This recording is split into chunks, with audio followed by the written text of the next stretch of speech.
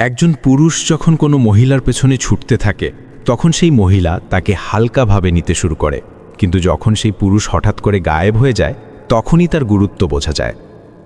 তুমি কখনো ভেবে দেখেছ কেন যেই মেয়েটাকে পাওয়ার জন্য তুমি ছটফট করো সেই মেয়েটাই তোমাকে অবহেলা করে? আর যখনই তুমি তাকে ইগনোর করতে শুরু করো তখন সে নিজেই তোমার কথা ভাবতে শুরু করে। কারণটা খুব গভীর কিন্তু খুব সহজ।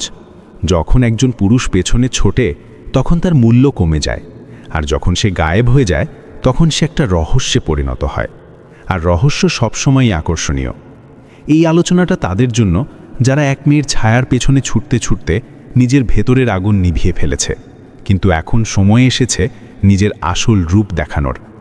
আজ আমরা খোলাখুলি কথা বলবো কেন পিছনে ছুটে চলা বন্ধ করা উচিত, জানব সেই গভীর মনস্তাত্ত্বিক খেলা আর সেই রহস্য যা প্রত্যেক পুরুষের জানা দরকার যদি সে নিজেকে দুর্বল নয় বরং এক রহস্যময় এবং শক্তিশালী পুরুষে পরিণত করতে চায়।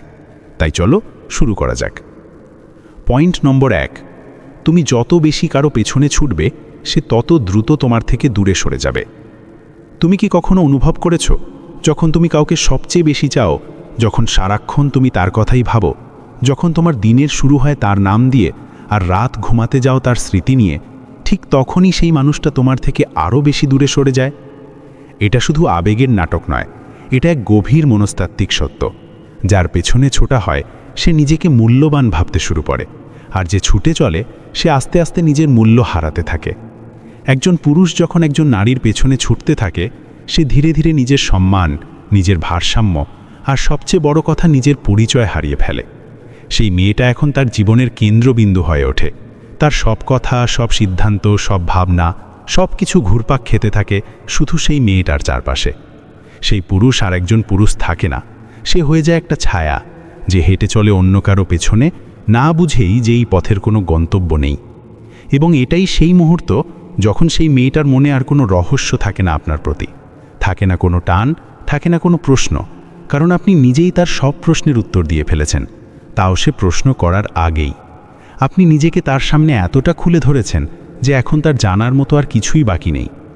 আর মেয়েরা সেই জিনিসের প্রতি আকৃষ্ট হয় যেখানে থাকে রহস্য, থাকে গভীরতা, থাকে দূরত্ব। আর আপনি যখন পিছনে ছুটে চলেন আপনি সেই সব কিছু হারিয়ে ফেলেন।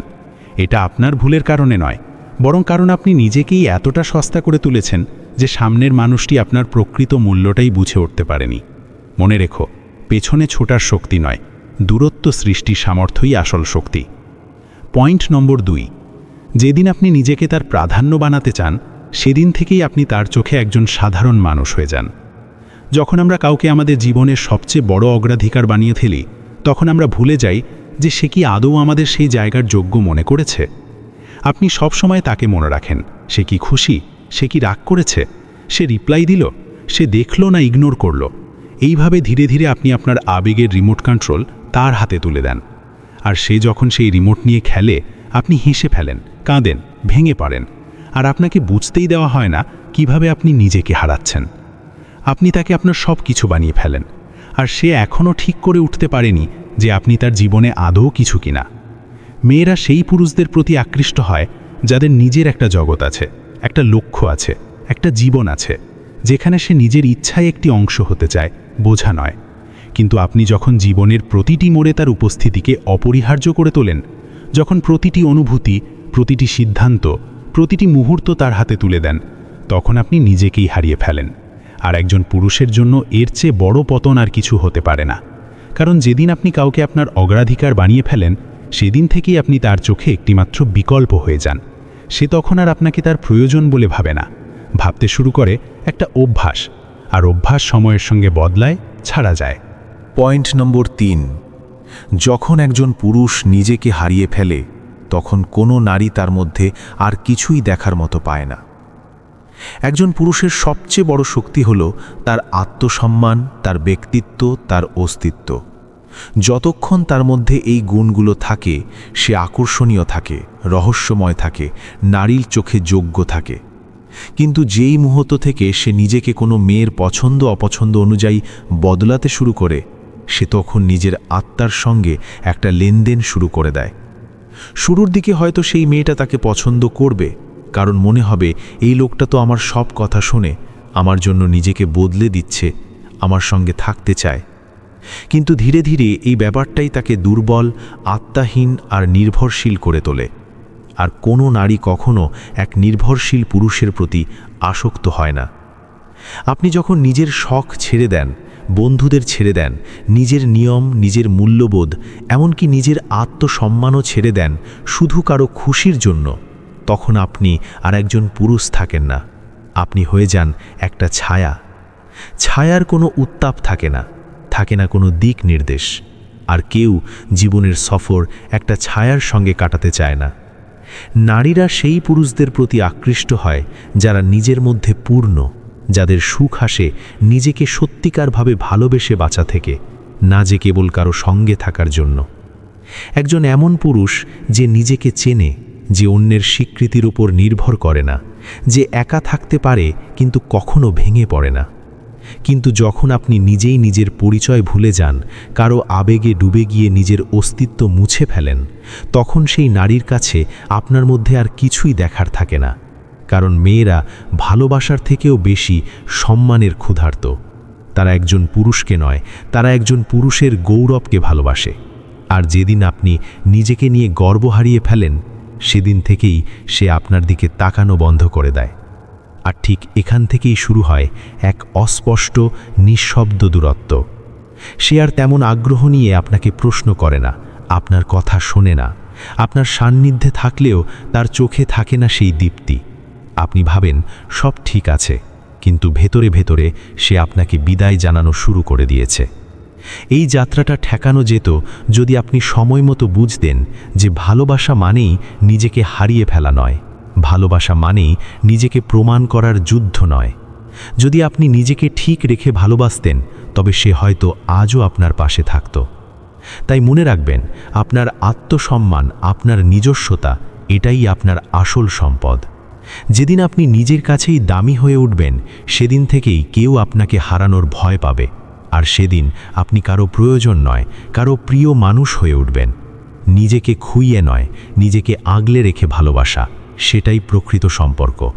পয়েন্ট নম্বর 4, যাকে সবসময় সহজে অ্যাভেলেবল পাওয়া যায়, তার গুরুত্ব কখনো বোঝা যায় না।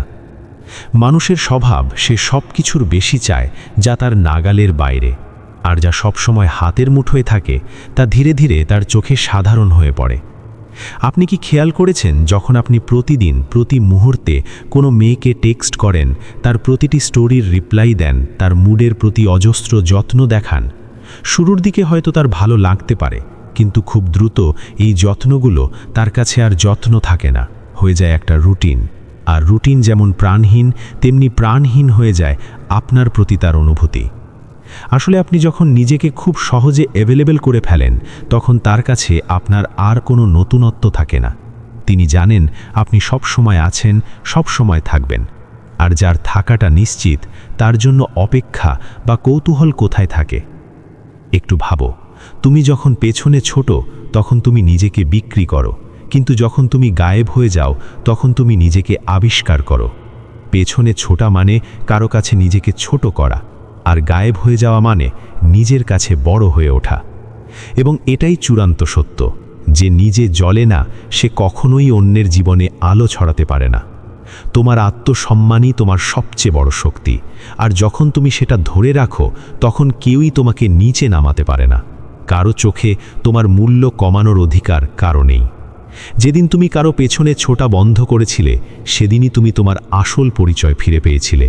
আর সেই পরিচয়ই তোমাকে এমন একজন মানুষে পরিণত করে যাকে সবাই নিজের জীবনে রাখতে চায়। শেষ কথা, আসল জয় লুকিয়ে আছে নিজেকে বোঝার মধ্যে। তাই মনে রেখো, যেদিন তুমি নিজের জন্য বাঁচা শুরু করবে, সেদিনই হবে তোমার আসল বিজয়, আসল জয়। আসল জয় লুকিয়ে থাকে নিজেকে বোঝার মধ্যে, নিজেকে সম্মান করার মধ্যে। তোমার দৌড় কাউকে পাওয়ার জন্য নয়, তোমার দৌড় নিজেকে পাওয়ার জন্য হওয়া উচিত। কারণ তুমি যখন নিজেকে পাও, তখন পুরো পৃথিবী তোমাকে পেতে চায়, আর যখন নিজেকেই হারিয়ে ফেলো, তখন কেউ তোমাকে রাখতে চায় না। পেছনে ছোটা বন্ধ করো, নিজের পথে হাঁটো, নিজের স্বপ্নকে আগলে রাখো, নিজের আত্মসম্মানকে সবচেয়ে উঁচুতে রাখো। কারণ তুমি যখন নিজের কাছে দামি হয়ে উঠবে, তখন পৃথিবীও তোমাকে দামি ভাবতে বাধ্য হবে। আর যে মেয়েটা তোমার পেছনে না ছুটে তার সামনে নিজেকে ছোট করবে সে কখনোই তোমার হবে না। কিন্তু যে তোমার রহস্য, তোমার দূরত্ব, তোমার নিজের মধ্যে থাকার শক্তিকে শ্রদ্ধা করবে সে একদিন নিজেই তোমার জীবনে ফিরে আসবে। তাই নিজেকে কখনো দুর্বল ভেবো না, জীবনকে বাঁচাও তোমার নিজের শর্তে। যদি এই আলোচনা ভালো লেগে থাকে তাহলে আমাদের সঙ্গেই থাকো, কারণ এখানেই পাবে আসল প্রেরণা যা তোমার জীবনকে বদলে দেবে আর তোমাকে বানাবে তোমার ভাগ্যের অভিনেতা। কমেন্টে জানাও কেমন লাগলো এই আলোচনা। ভালো থাকো, নিজের মতো থাকো, নিজের জন্যই থাকো। ধন্যবাদ।